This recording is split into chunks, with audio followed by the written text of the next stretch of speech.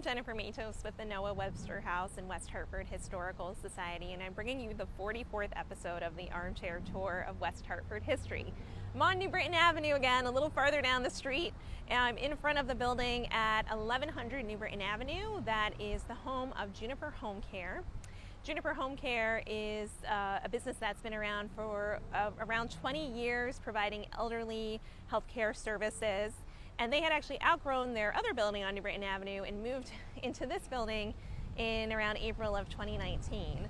And as soon as they moved in, Juniper Homecare's vice president, whose name's Anton Mural, knew that he wanted to do something with this side of the building. So before this beautiful mural appeared, it was just a blank canvas. It just said Elmwood Professional Building, and it had the address. And so the folks over at Juniper Homecare had the vision that it could become more than that, and they actually commissioned an artist to create the mural that you see today. So I'm going to tell you a little bit about the mural and a little bit about the people who are depicted. So Juniper Homecare commissioned the artwork of artist Benjamin Keller. He began the mural in November of 2019 and finished it the following month. And he painted it using a combination of spray paint and exterior latex paint. He estimates the mural will last here in the elements for over 20 years. I hope it does.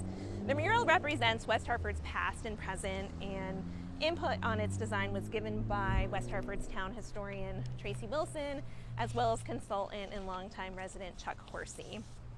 So there are basically two sections of the mural, and I'm going to start with the older section first.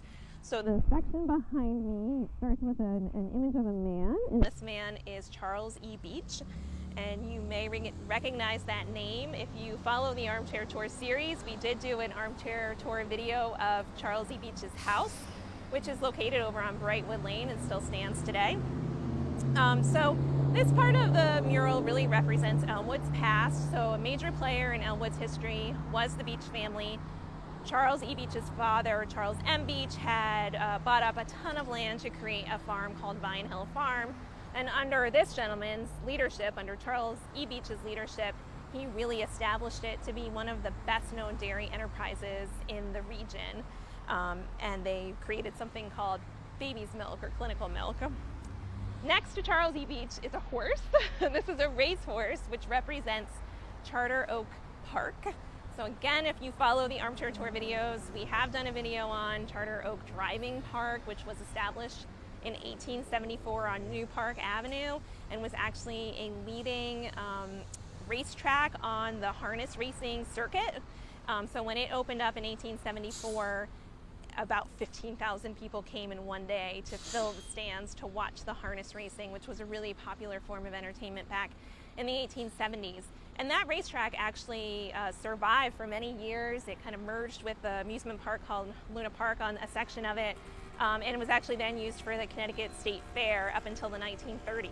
And that area is around where Home Depot is today on New Park Avenue. In the middle section of the mural, there's a graphic image that depicts leaves, and these leaves represent the elm trees, which is how Elmwood gets its name. So during the American Revolution, the legend is that the colonists here, the settlers here, planted what were known as Burgoyne elms, and those elms really flourished and were abundant enough to have this portion of town be called Elmwood. Now on the second section of the mural is where we get into more of West Hartford's present and future. So the gentleman behind me is Javier Colon. So many of you recognize probably his face and his name. So he is a current resident of West Hartford, a singer and songwriter who is known for winning the first season of NBC's The Voice.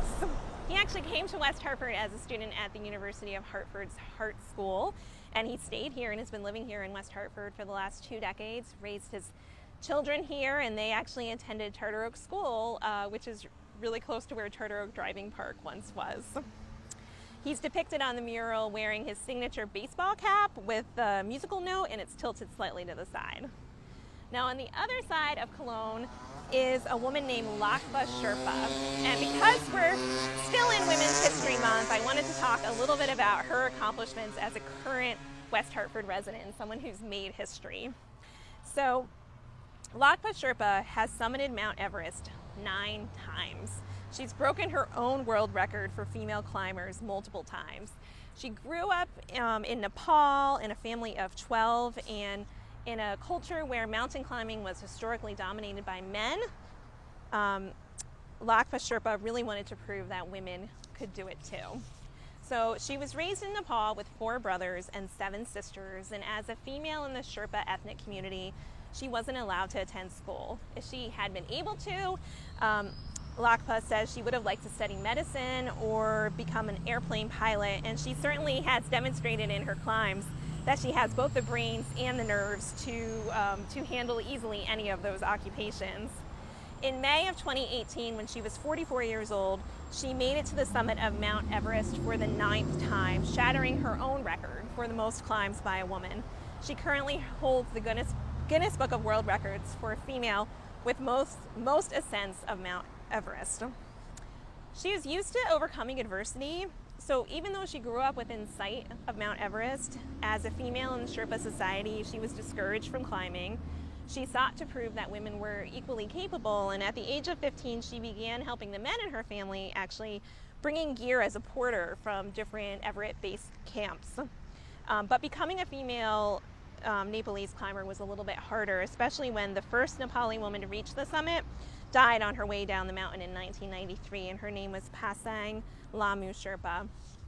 Nevertheless, Lhakpa Sherpa persisted. In 2000, at the age of 27, she joined an expedition of 5 women who convinced the Nepalese government to give them a permit to climb Mount Everest. And that year, Lhakpa became the first Nepali woman to reach the summit and return alive. Lhakpa Sherpa moved to West Hartford, Connecticut in 2002 with her then husband, who was also a well-known climber. She made West Hartford her home. She works in town and raises her kids here. And before COVID-19, she was basically making an annual expedition to Nepal and to scale Mount Everest.